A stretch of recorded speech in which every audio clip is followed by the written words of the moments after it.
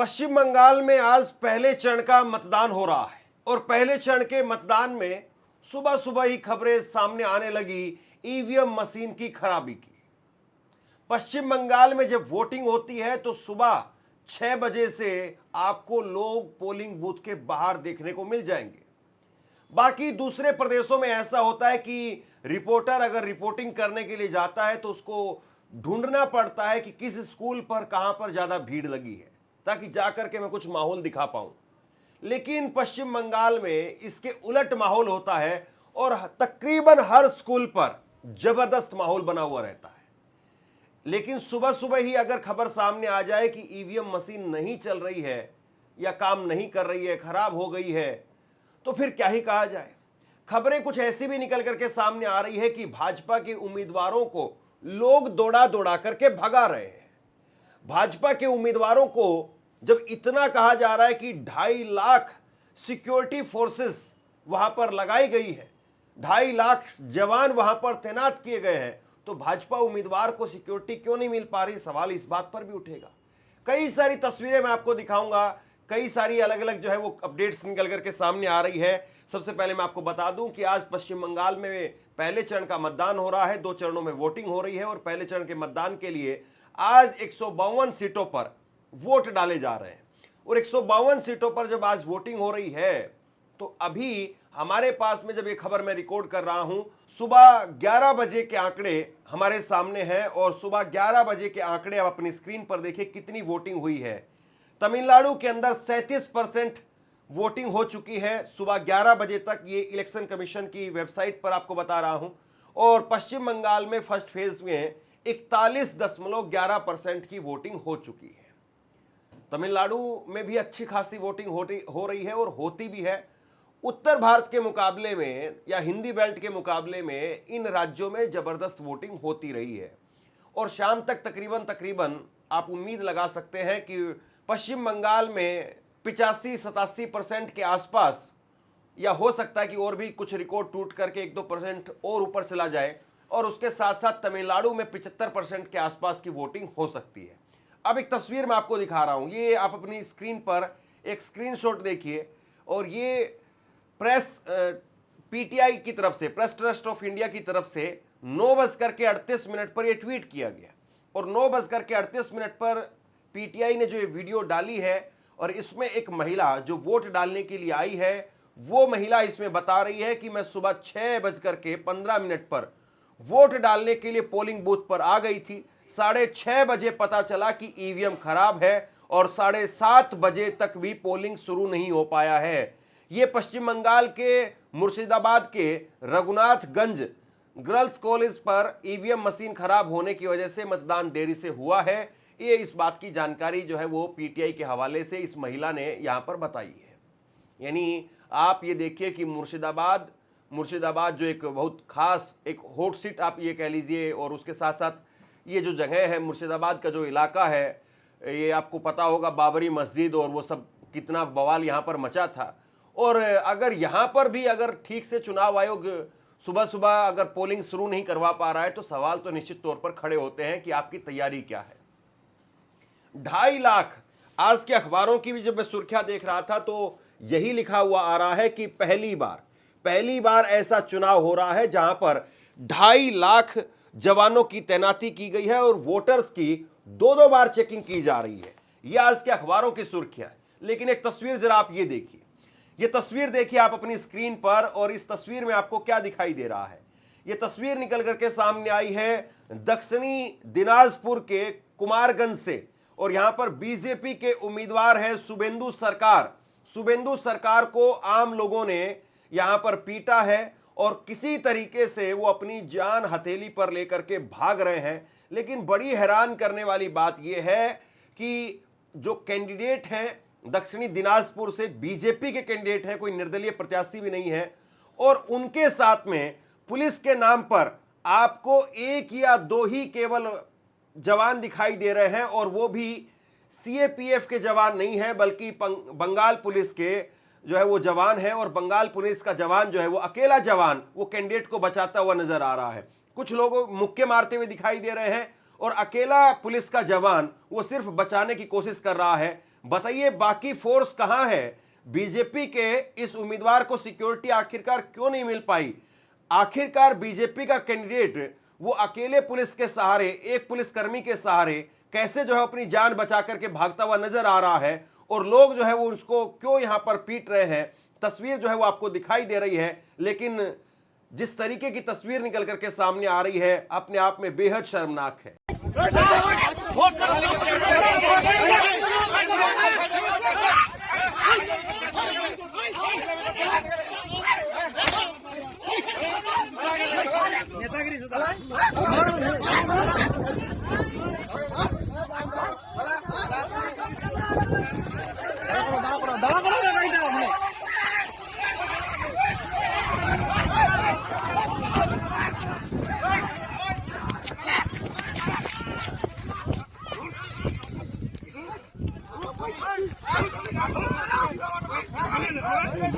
अब बताइए आप, ये 2.5 लाख जो जवान थे, जो हेडलाइन बनी, जो सुर्खियां बनी, जो टैंक लेकर के आए, बहुत सारी तस्वीरें, बहुत कुछ जो देखा गया, यहां अकेला जवान है साहब। और ये कोई निर्दलीय प्रत्याशी नहीं है कि ठीक है भैया अरे गहरे खैरे बहुत सारे जो है वो प्रत्याशी भर देते हैं, कुछ डम्मी होते हैं, कुछ पैसे की उगाही के लिए भर देते हैं। समझ में आता है कि चुनाव आयोग हर किसी को जो है वो सिक्योरिटी नहीं दे सकता है, लेकिन आप बीजेपी के कैंडिडेट को सिक्योरिटी नहीं दे पा रहे हैं, विश्व की सबसे बड़ी पार्टी के कैंडिडेट को सिक्योरिटी नहीं दे पा रहे हैं। आखिरकार मसला क्या है? और एक खबर निकल करके सामने आई है, एक तस्वीर मैं आपको दिखाने जा रहा हूं, मुर्शिदाबाद में जहां पर बाबरी मस्जिद बनवाने की बात कर रहे थे हुमायूं कबीर के काफिले पर भी हमला हुआ है। यह तस्वीर आप देखिए, हुमायूं कबीर को लेकर के ये यहां पर कुछ तस्वीर निकल करके सामने आई है। मुर्शिदाबाद में वोटिंग के दौरान टीएमसी के कार्यकर्ता और हुमायूं कबीर के कार्यकर्ताओं के बीच में झड़प हुई है। कहा यह भी जा रहा है कि लाठी डंडे और पत्थर भी चले हैं पोलिंग बूथ के बाहर, और कुछ जगह पर खबरें ये भी हैं कि देसी बम वो भी चले हैं।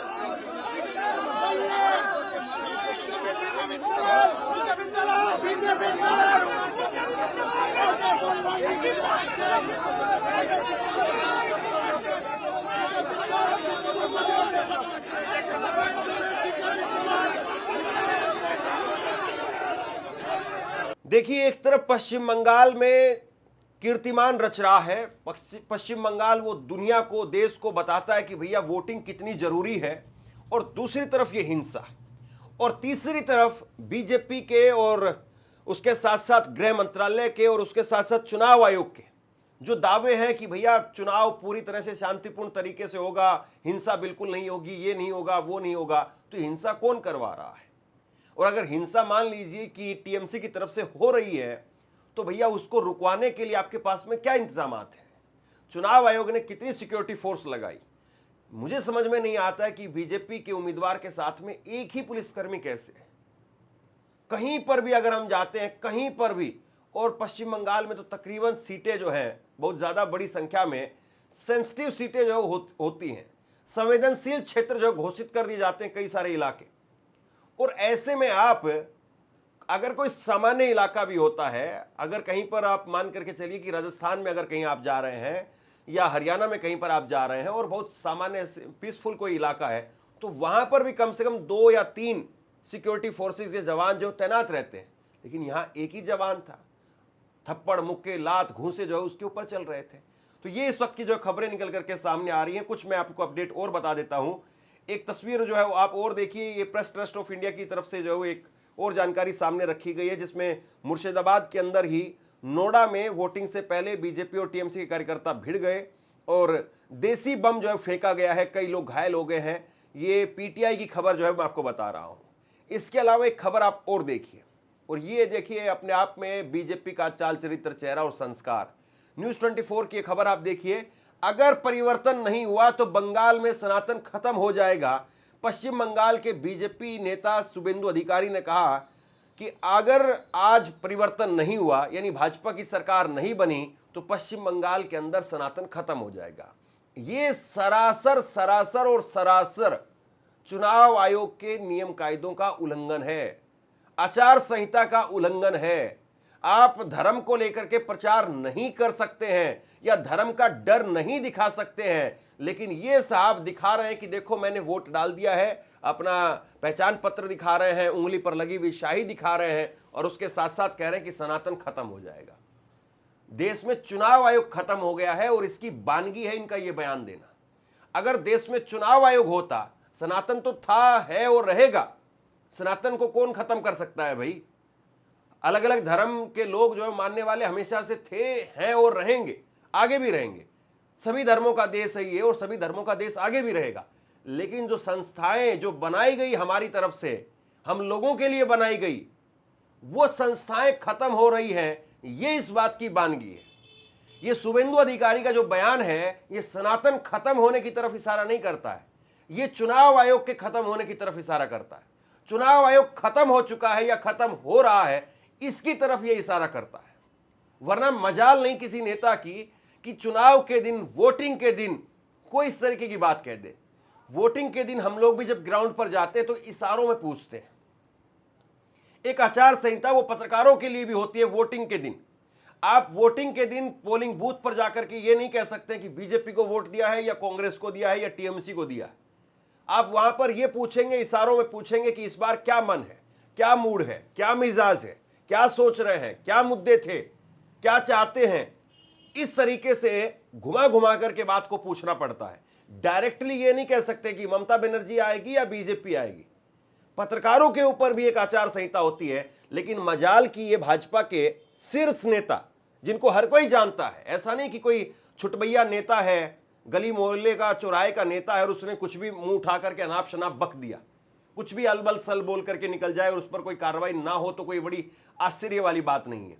शुभेंदु अधिकारी, जिसको पश्चिम बंगाल का हर कोई आदमी जानता है, दिल्ली तक जो चुनाव आयोग के हर छोटे बड़े अधिकारी वो जानते हैं, लेकिन शुभेंदु अधिकारी पर कार्रवाई नहीं होगी।